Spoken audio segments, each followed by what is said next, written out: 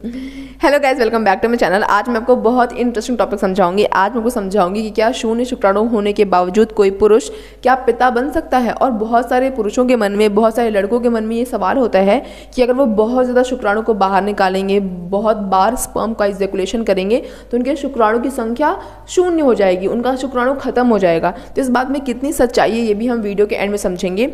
और किस तरीके से वो पुरुष जिसके शुक्राणु की संख्या शून्य है वो पिता कैसे बनेगा, बनेगा नहीं बनेगा, इन सभी चीज़ों को आज की वीडियो में हम कवर करेंगे। स्टार्ट करते वीडियो को।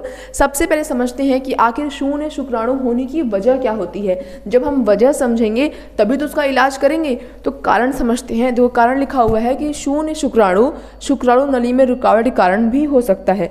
अब जैसे ये इसका मतलब ये है कि आपके शुक्राणु का प्रोडक्शन तो हो रहा है, जो आपके टेस्टिकल्स हैं, जो आपका वृषण है, उसमें शुक्राणु का लगातार प्रोडक्शन हो रहा है। लेकिन जिस नली से शुक्राणु बाहर आता है उस नली में कोई रुकावट है। उस नली में रुकावट कारण क्या होता है कि जब आप इजैकुलेट करते हो तो बाहर एक तरल पदार्थ, एक वाइट कलर का सीमेन तो निकलता है। तो आप लोगों को क्या पता चलेगा कि उस सीमेन में शुक्राणु है कि उस सीमेन में शुक्राणु नहीं है। लेकिन अगर आप प्रेगनेंसी के लिए ट्राई करोगे और बहुत कोशिशों के बावजूद भी अगर आपका जो पार्टनर है वो प्रेग्नेंट नहीं हो पाएगा, आप जब डॉक्टर के पास जाओगे, डॉक्टर जब आपके शुक्राणु का परीक्षण करेगा तो वो बताएगा कि आपके शुक्राणु की संख्या शून्य है, क्योंकि जो बाहर पदार्थ आता है वो सीमेन होता है। सीमेन के अंदर शुक्राणु होता है जो हमको हमारी नंगी आंखों से दिखाई नहीं देता है। तो अगर आपके नली में रुकावट है तो उस रुकावट की वजह से आपके अंदर शुक्राणु तो बन रहा है लेकिन बाहर नहीं आ रहा है। दूसरा रीज़न ये है कि कोई संक्रमण है जिसकी वजह से आपके शुक्राणु की संख्या शून्य है। तीसरा, आपका जो हार्मोन है, टेस्टोस्टेरोन हार्मोन होता है पुरुषों में, जो पुरुषों का सेक्स हार्मोन कहा जाता है, उसमें कमी है, जिसके कारण से क्या होता है आपके शुक्राणु की संख्या शून्य हो सकती है। आगे लिखा हुआ है जन्मजात उन कोशिकाओं की कमी होती है जिससे बड़े होने पर शुक्राणु का उत्पादन होता है। अब जब कोई लड़का पैदा होता है तो बचपन से शुक्राणु का निर्माण तो होता नहीं है, प्रोडक्शन तो स्टार्टिंग में नहीं होता ना। जब आपकी प्यूबर्टी पे आता है, 11, 12, 13 की उम्र में आता है, तब शुक्राणु का प्रोडक्शन होने लगता है। तो जो वो बच्चा है, जो वो लड़का है, जन्मजात उस कोशिकाओं की उसके पास कमी है। जब वो बड़ा होता है तो शुक्राणु का प्रोडक्शन होता ही नहीं है। लेकिन उसे इस बात का पता घर बैठे नहीं चलेगा, क्योंकि बाहर तो उसको लगेगा कि भाई सीमेन तो मेरा बाहर आ ही रहा है, ये वाइट कलर का जो पदार्थ होता है जिसे आप हिंदी में वीर्य कहते हो वो तो बाहर आ ही रहा है। लेकिन उसमें आप स्पर्म है या नहीं है वो अपनी आंखों से तो देख नहीं सकते। तो डॉक्टर ही बताएगा आपको कि आपका जो सीमेन है उसमें शुक्राणु की संख्या शून्य है। तो अगर आपके पास उन कोशिकाओं की कमी है जो कि शुक्राणु के निर्माण के लिए ज़रूरी होती है तो भी आपकी शुक्राणु की संख्या शून्य हो सकती है। आगे लिखा हुआ है दिए गए सैंपल्स में शुक्राणु की मात्रा इतनी कम होती है। जैसे बहुत सारे लोगों के मन में डाउट है या फिर डॉक्टर ने बोला है कि एक बार क्या करो कि अपने शुक्राणु की ना जांच करा लो, हम चेक करेंगे कि शुक्राणु है नहीं है, कम है, ज़्यादा है, सब कुछ हम क्या करेंगे, चेक करेंगे। तो वो सैंपल देते हैं जाकर। जब वो सैंपल देते हैं तो उस सैंपल में शुक्राणु की संख्या बहुत कम होती है। और इतनी कम होती है कि जो माइक्रोस्कोप होता है ना, जो माइक्रोस्कोप की जो स्लाइड होती है उस पर जब वो रख कर चेक करते हैं तो शुक्राणु की संख्या दिखती नहीं है। क्यों नहीं दिखती? क्योंकि या तो है ही नहीं, और अगर है तो इतनी कम है कि उसमें नज़र ही नहीं आ रही है।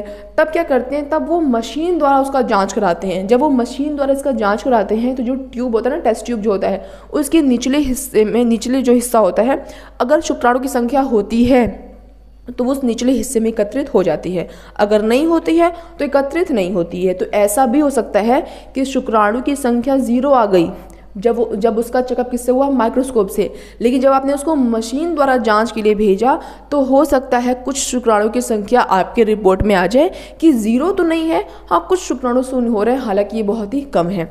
अब बात करते हैं कि अगर आप किसी भी कारण, या आपको पहला कारण है, दूसरा है, तीसरा है, किसी भी वजह से अगर आपके शुक्राणु की संख्या शून्य आ रही है तो क्या पिता बनना मुमकिन होता है या पिता बनना मुमकिन नहीं होता है। आपको कुछ कुछ बात तो यही समझ में आ रही होगी, लेकिन हम इस बात पे पहुंचे उससे पहले आपको एक बात जाननी पड़ेगी, क्या इलाज संभव होता है। बहुत सारे पुरुषों का, अगर हम जाते हैं डॉक्टर के पास, चेकअप कराते हैं, डॉक्टर ने आपको बोल दिया कि भाई आपकी शुक्राणु की संख्या तो शून्य है, तो क्या इलाज संभव होता है, क्या वापस से शुक्राणु को बढ़ाया जा सकता है। अब देखो ये किस बात पर निर्भर करता है, ये ऊपर दिए गए कारणों पर निर्भर करता है। अगर आप में शुक्राणु की कमी है या फिर शुक्राणु की संख्या शून्य है, किस वजह से उस शुक्राणु की नली में रुकावट है, कोई संक्रमण है, कोई हार्मोन की कमी है, तब तो हार्मोन की थेरेपी देंगे।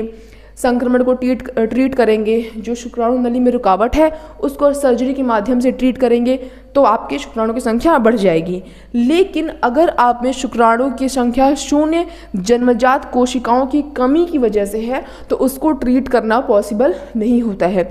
अब देखो, अगर मान लेते हैं आप डॉक्टर के पास गए, डॉक्टर ने आपको रिपोर्ट दिया, रिपोर्ट में लिखा कि आपके शुक्राणु की संख्या 0 है, तो क्या अब बस ख़त्म? क्या इसके बाद हम कुछ नहीं कर सकते? इसके बाद भी हम कुछ कर सकते हैं। क्या कर सकते हैं कि अगर टेस्ट के बावजूद, मतलब टेस्ट करवाया, टेस्ट के बाद आपके शुक्राणु की संख्या कितनी आ गई? 0 आ गई, फिर भी उसमें शुक्राणु के मिलने की जो संभावना है वो हो सकती है। उसमें संभावना कैसे हो सकती है? क्योंकि WHO कहता है कि जब आपके शुक्राणु की संख्या 0 आ जाती है उसके बाद आपको कुछ और टेस्ट कराने पड़ते हैं। कौन कौन से टेस्ट कराने हैं आपको फ्रुक्टोज का टेस्ट कराना है। फ्रुक्टोज क्या होता है? जो आपका वीर्य होता है, जो शुक्राणु होता है, उसमें पाए जाने वाला एक तरल पदार्थ होता है। तो आपको सिर्फ शुक्राणु की संख्या का टेस्ट नहीं कराना, जब शुक्राणु की संख्या 0 आ जाए उसके बाद आपको फ्रुक्टोज का भी टेस्ट कराना है।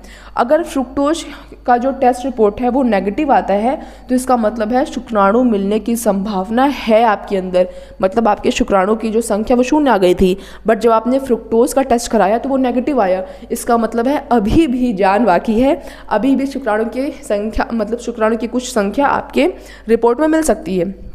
आगे लिखा हुआ है अगर फ्रुक्टोज का रिपोर्ट पॉजिटिव आया तो शुक्राणु की मिलने की संभावना भाई ना के बराबर होती है। ठीक है, आगे लिखा हुआ है FSH, आपको पता होगा हार्मोन होता है, अगर ये भी नॉर्मल आता है तो वेल एंड गुड, बहुत अच्छी बात है, उसकी संभावना है शुक्राणु मिल सकता है। अगर FSH की रिपोर्ट या फिर हार्मोन बढ़ा हुआ है या फिर एबनॉर्मल है तो उस टाइम पे भी संभावना आपकी बहुत ही कम हो जाती है, फिर ख़त्म ही हो जाती है। फिर लिखा हुआ है सोनोग्राफी, आप अपने टेस्टिकल्स की जो आपका वृषण है उसे आप उसकी सोनोग्राफी कराओगे, अगर नॉर्मल है तो शुक्राणु के मिलने की संभावना होगी, और अगर नॉर्मल नहीं है तो शुक्राणु के मिलने की संभावना नहीं है, खत्म है। ठीक है, अब देखो, अगर आपके शुक्राणु की संख्या 0 है और लेकिन जब आप रिपोर्ट कराते हो, टेस्ट कराते हो तो फ्रुक्टोज नेगेटिव आया, FSH नॉर्मल आया, सोनोग्राफी आपकी क्या आई? नॉर्मल आई, इसका मतलब है आप पिता बन सकते हो। अगर नेचुरली नहीं भी बन पा रहे हो तो IVF के जरिए से आप क्या बन सकते हो? पिता बन सकते हो।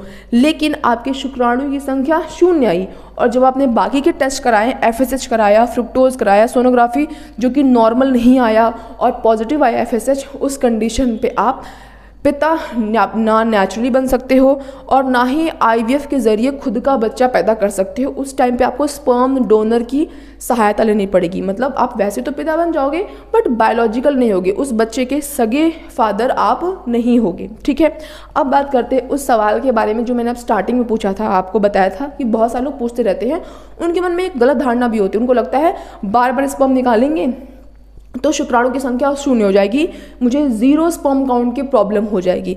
तो मैंने आपको बताया ये कारण कि सिर्फ इन्हीं कारणों की वजह से जो शुक्राणु की संख्या होती है वो 0 होती है, क्योंकि जो शुक्राणु का उत्पादन होता है वो निरंतर डेली बेसिस पे चलता रहता है। अगर आपने एक दिन कई बार शुक्राणु को बाहर निकाल दिया तो उस डे के बेसिस पे, उस पर्टिकुलर डे पे आपकी स्पर्म काउंट कम हो सकता है, लेकिन बाकी अदर डेज पे क्या होगा, दोबारा कल से फिर से स्पर्म का प्रोडक्शन होगा, तो स्पर्म काउंट 0 कैसे हो सकता है? तो ऐसे स्पर्म काउंट 0 नहीं होता है। और मैंने आपको बता दिया कि कब आप पिता बन सकते हो, कब आप पिता नहीं बन सकते हो।